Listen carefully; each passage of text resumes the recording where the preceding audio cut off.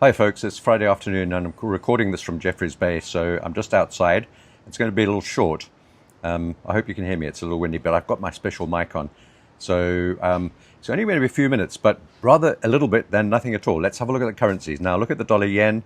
I'm going to just forget the dollar index, which you can see is collapsing down through that support. There was the support level. We've broken down convincingly, and we now need to retest the underside of this level. So we could bounce about, I don't know, 30 to 50 pips back up again, which should bring the dollar yen back up and the euro and the pound down a little bit for a retracement. But this trend looks like it's dollar downwards for a little time to come still. So let's have a look at the dollar yen. We're short on the dollar yen, long on the euro, long on the pound, all working out quite well. The dollar yen, we bounced off the 50-period moving average and the channel bottom. We've got to get through there. And I expect we may have to retest 157, maybe slightly higher, but somewhere between where we are now, 156 and 157, we should turn around and resume the downtrend. That is, if the dollar index continues to drop. At the same time, the euro and the pound are rallying. We're long on both of these. And we've taken some profit off on some of these, but not all of it just yet. Waiting for this to reach up to the 200-period moving averages and these Fibonacci levels. I think we could get back up to 1.08 on the euro. We've got to get through a few levels first, of course, this swing high and these moving averages. There's the 100 and the 200. But that sort of idea. Same sort of thing on the pound. We're being impeded on the pound right now by this descending trend line. We touched it and rejected perfectly. Yet another CMT's dream, like I pointed out on the dollar yen, bouncing back down off that trend line. We've taken some profit at the top there. We'll try and reload if we get more of a dip, perhaps down to this previous swing low and the top of these highs here. This is the pound against the US dollar, maybe at 1.2350, somewhere around there. We're trading at 1.24 now, 2420, so another 50 to 70 pips down. Going across to the indices, NASDAQ, we've just actually taken off some of the long side of the hedge, and therefore we're now angled slightly short. We have some long positions and some short positions. The short positions now outweigh the long positions by about 7 long to 10 short. The S&P we have no trades on after reaching a new all-time high, breaking up through there. No sign of turnaround just yet. We also took a short, a very small one, an entry tranche, you might call it, on the German 30, the DAX, the Xetra DAX, right at the top at the close yesterday. We have a 7 or 9 candle progression, March extension, if you want to call it that, and often after 7, 9 candles in a row, all bullish, all making higher highs and higher lows, we should have a bit of a pullback. Obviously very overextended, but we've only taken a small position. We could have perhaps taken more on that one, but we did not. So that's the German 30. First time we've been in a trade there for about 2, maybe 4 weeks now. I think it's about a month. So we're also long on Tesla, that one just fading down a little bit. That's okay. We took a long on Apple. This is an interesting trade. So we're long on Tesla, long on Apple, but short, balanced short on the NASDAQ and short on the German 30. Nothing on NVIDIA, nothing on MSTR, nothing on Coinbase, which I want to buy into dips. The Apple trade is interesting because we have a tweezer bottom here. Right there, a beautiful example of a tweezer bottom. Now you might want to think that a tweezer bottom necessitates spike lows, 2 spike lows, but it does not.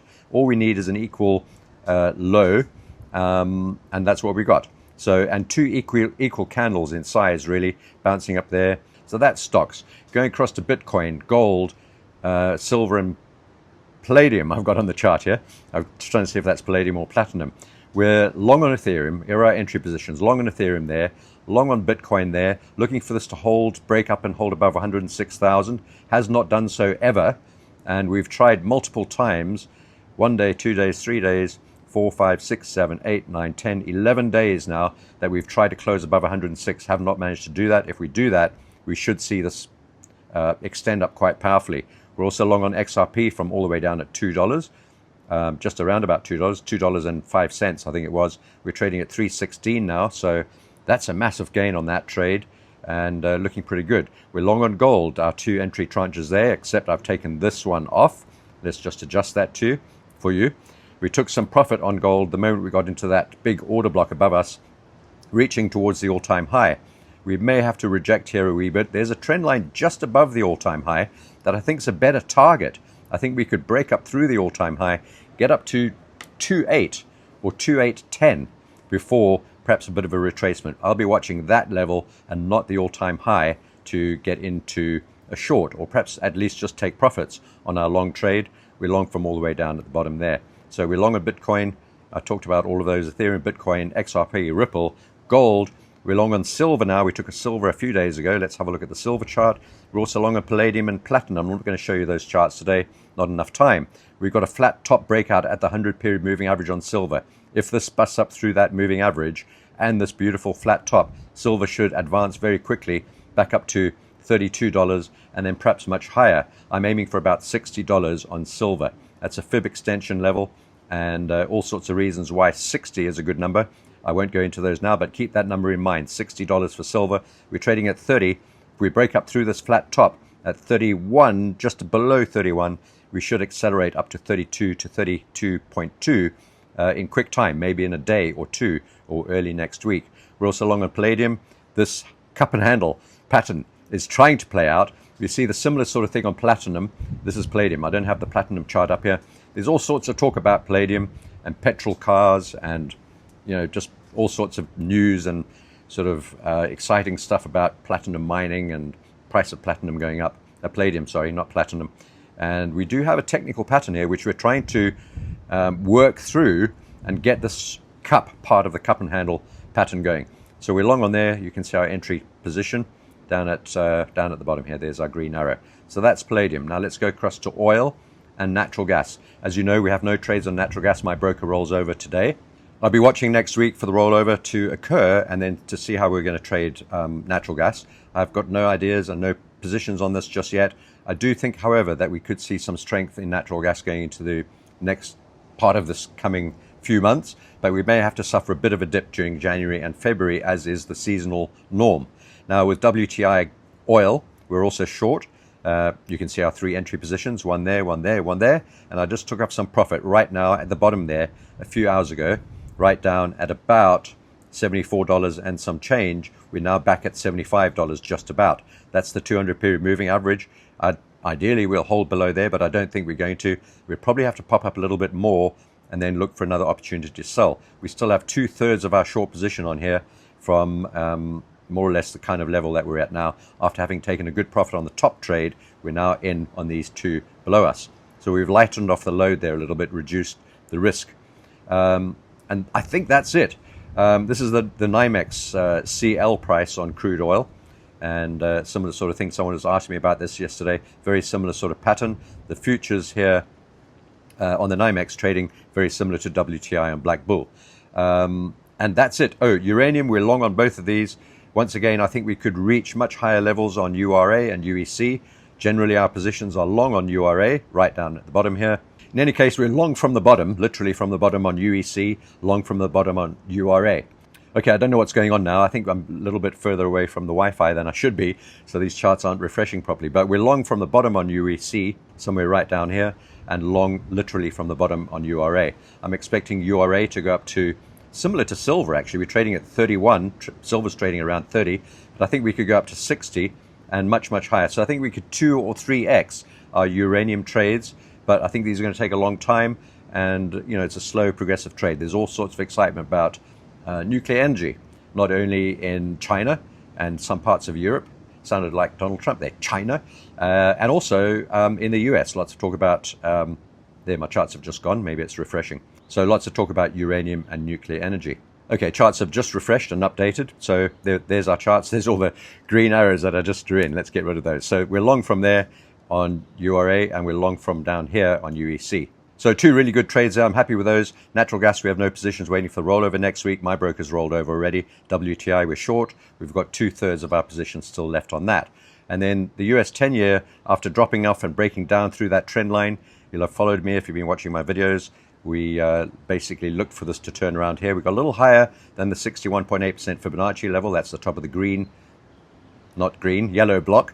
We got a little higher there, but now we've broken down through the shorter term and steeper trend line, heading down towards this one and the 50-period moving average, and then eventually we should get back down to this swing low, and the 200 and the 100 are lingering and loitering down there at about 4.2 to 4.3. That will also push TLT up and the dollar down as well, I hope. We're basically short on the dollar, which means long on everything else. That's the way the dollar's been working recently. This is TLT. This will follow suit with the US 10-year yield. We're just about where we closed yesterday, so no movement since the close. Just dipping down through the 20-period moving average, as you can see, just pulling back a little bit, but that's because the 10-year yield has also rallied back up a bit. Just under the 20-period moving average there, just under the 20-period moving average here too. So let's see how we go. We want to get above the 20 there and stay below it on this one. So going across to softs and grains, don't want to cover this too much, but we're long on sugar. Please have a look at the last video, which I will put the link up for at the end of this one. That's my iPhone battery. I'm filming with my iPhone. Never end a sentence with a preposition, but I just did that. But we're long on sugar, we're short on cocoa, but it's hedged. We're short on coffee. We'll hedge coffee if we break up above this recent all-time high, or recent high. Maybe it is an all-time high. I think it is actually. But we haven't got there yet, and we did try and reject off there. Maybe we'll get a double top here, and if we see evidence of a good double top, then I'll add to my short position, which is all the way down there.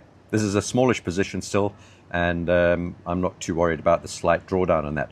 We're also out of corn. We got long at the green arrow down at the bottom here. We got out at the red arrow at the top there, waiting for this to pull back into support, maybe down to the trend line on corn for a rebuy on that. We're long on soya, having reached our first target, but we have not taken profit just yet. We have 3 long tranches down here. We've approached that resistance line, previous swing high, with quite some vigor after quite a strong pullback, and so I'm expecting this will push up more strongly.